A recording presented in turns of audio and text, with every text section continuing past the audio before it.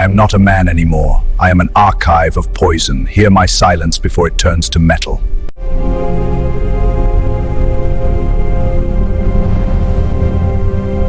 Welcome back to Silent Archives. Today, we're climbing into the frozen peaks of northern Japan to find a group of men who didn't just want to reach enlightenment, they wanted to become statues. This isn't your standard mummification. These monks used liquid poison to varnish their own insides.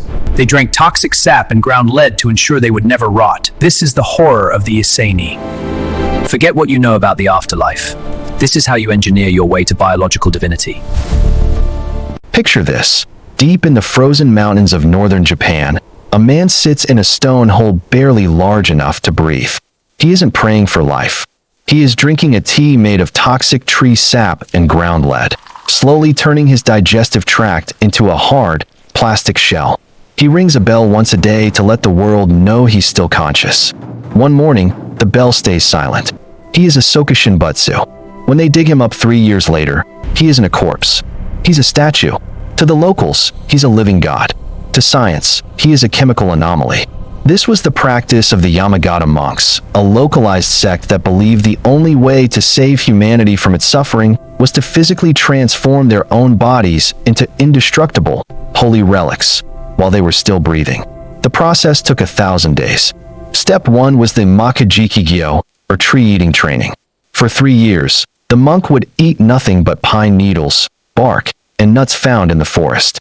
This wasn't just a fast, it was a biological strike. They were stripping away every ounce of body fat, leaving nothing but muscle and bone. They were literally starving the bacteria that live inside us. But hunger wasn't enough. To ensure total preservation, they began drinking Urushi tea. This was made from the sap of the lacquer tree, the same toxic substance used to coat Japanese wooden bowls. It's highly poisonous, causing massive sweating, vomiting, and urination.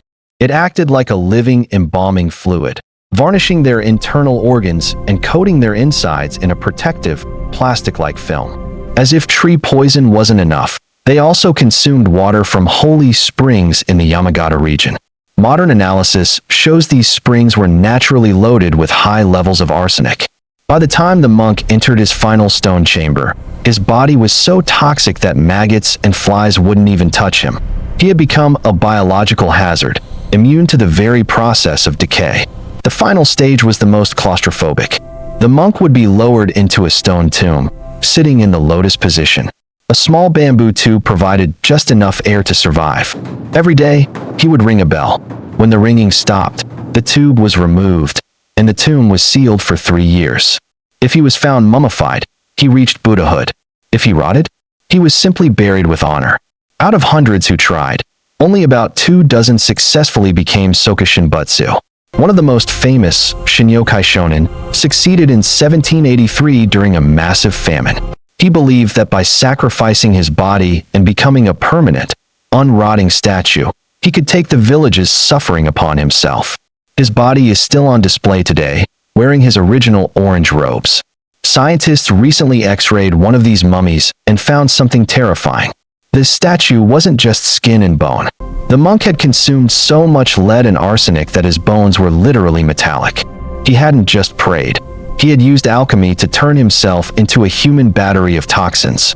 He was biologically impossible to rot because he was no longer made of organic matter. It's a dark irony.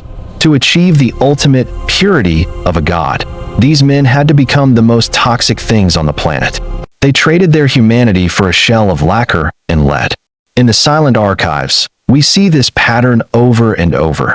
The human mind will endure any level of agony, as long as it believes the result will last forever. The metal monks prove that the line between divinity and self-destruction is thinner than a coat of lacquer. Was it the ultimate act of faith or the ultimate act of madness? I'll let you decide in the comments. If you enjoyed this descent into the frozen depths of Yamagata, hit that subscribe button to keep the archive open. I've got plenty more secrets hidden in these shelves. I'll see you in the next deep dive. Stay curious, stay toxic.